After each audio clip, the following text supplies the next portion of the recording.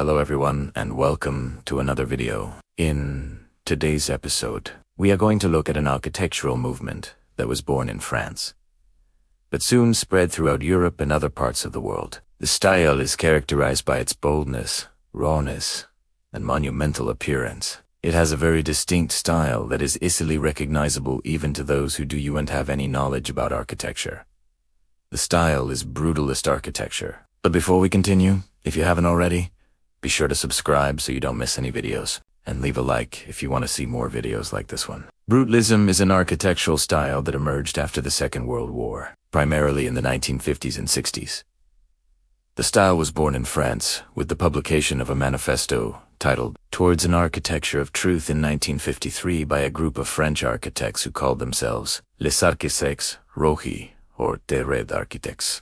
They were later joined by other French architects, and the group became known as Le Corbusier. But it was not until the 1960s that the term brutalism was used. The word brutalism comes from the French word béton brut, which means raw concrete. This type of concrete was left exposed on the building's exterior instead of having a smooth plaster finish. Raw concrete is a material that had been used in construction since Roman times. However, during the Renaissance and following centuries, it had been covered over with decorative finishes. Only in the 18th century did architects begin to appreciate its natural appearance. But it wasn't until the 20th century that raw concrete really became popular. The brutalist style is often characterized by massive forms, rough textures, and a lack of ornamentation. Buildings are usually constructed from exposed concrete with geometric shapes. Some brutalist buildings are truly monumental in scale, while others are more modest in size. However, all brutalist buildings share a common honesty and directness of expression. There are three main characteristics of brutalist architecture. First, the style uses massive forms. This gives the buildings a sense of monumentality and power. The second characteristic of brutalism is the use of strong geometric lines. These can be seen in both the shape of the building as a whole and in the details of the facade. Finally, brutalism is a very honest style. This means that the materials used in construction are left exposed, and there is little or no attempt to hide them. For example, in brutalist architecture, you will often see the concrete formwork that was used to create the walls and floors. The main materials used in brutalist architecture are raw concrete, brick, and stone. Raw concrete is, of course, the most characteristic material of the style. It is often used to create massive walls and columns. Brick is also popular, especially in the UK. Brickwork is often used to create interesting textures and patterns on the facade of a building. Stone is also sometimes used, especially in the detailing of a building. The main colors used in brutalist architecture are gray, black, and white. Gray is the most common color, and it is often used to create a sense of mass and solidity. Black and white are sometimes used to create a dramatic contrast. One of the most famous examples of brutalist architecture is the Habitation by Le Corbusier.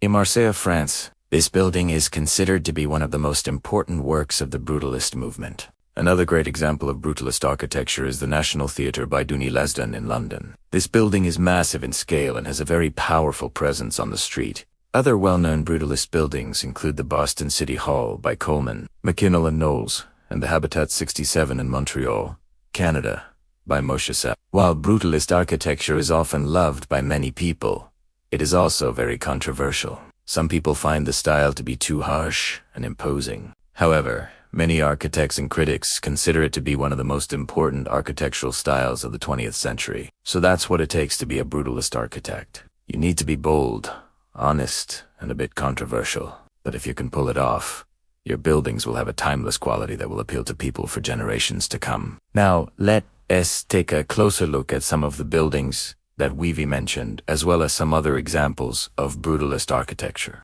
The Habitation is a building in Marseille, France, designed by Swiss architect Le Corbusier. It was built between 1947 and 1952, and is considered to be one of the most important works of the brutalist movement. The Habitation is a mixed-use building containing both residential and commercial space. It was designed as an integrated community with all the necessary facilities for daily life located within walking distance of each other. The building consists of a single large block, which contains a variety of different types of apartments. There are also shops, a school, a doctor's surgery, and other facilities on the ground floor. The habitation is made up of two parts, the pilatus and the suspended slab. The pilates are the concrete columns that support the building, and the suspended slab is the flat roof, covers the entire structure. In between these two parts is the mur cortina, a dividing wall that separates the private living spaces from the public areas. The habitation is one of the most important works of Le Corbusier, and one of the key buildings of the Brutalist movement. The National Theatre, London. The National Theatre is a large performing arts venue on the south bank of the River Thames in central London. It was designed by British architect Dooney Laston and completed in 1967. The theatre is made up of 3 separate buildings, the Olivier, the Littleton, and the Each building is named after a famous British actor or director. The National Theatre is one of the most important venues for the performing arts in the United Kingdom. It produces a wide range of work, including plays, musicals, and opera. The theatre attracts a wide audience from all over the world and is one of the most popular tourist attractions in London. Boston City Hall. Boston City Hall is the seat of local government for the city of Boston in Suffolk County, Massachusetts, USA. It is located in downtown Boston at the end of the Tremont Street subway tunnel. City Hall was designed by the architectural firm Coleman, McKinnell & Knowles.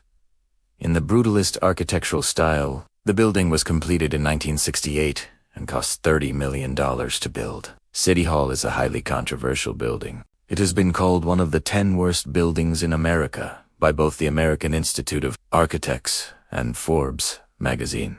However, it is also listed on the National Register of Historic Places. Habitat 6767 is a housing complex in Montreal, Quebec, Canada. It was designed by Israeli architect Moshe Safdie as his thesis project for the Massachusetts Institute of Technology, and was built for the 1967 Expo 67 World Fair. The complex consists of 354 apartments in a variety of sizes and shapes. The apartments are arranged in 12 identical apartment modules which are stacked and rotated at different angles. The complex is made up of 3 sections: high-density housing, medium-density housing, and low-density housing. The high-density housing consists of 12-story towers which contain the largest number of apartments. The medium-density housing consists of 6-story buildings which contain fewer apartments than the high-density housing. The low-density housing consists of 3-story buildings which contain the fewest apartments. Habitat 67 is one of the most famous examples of Brutalist architecture in Canada. There are many other examples of Brutalist architecture around the world. If you know of any, please leave a comment below. We would love to hear about them. Thank you for watching.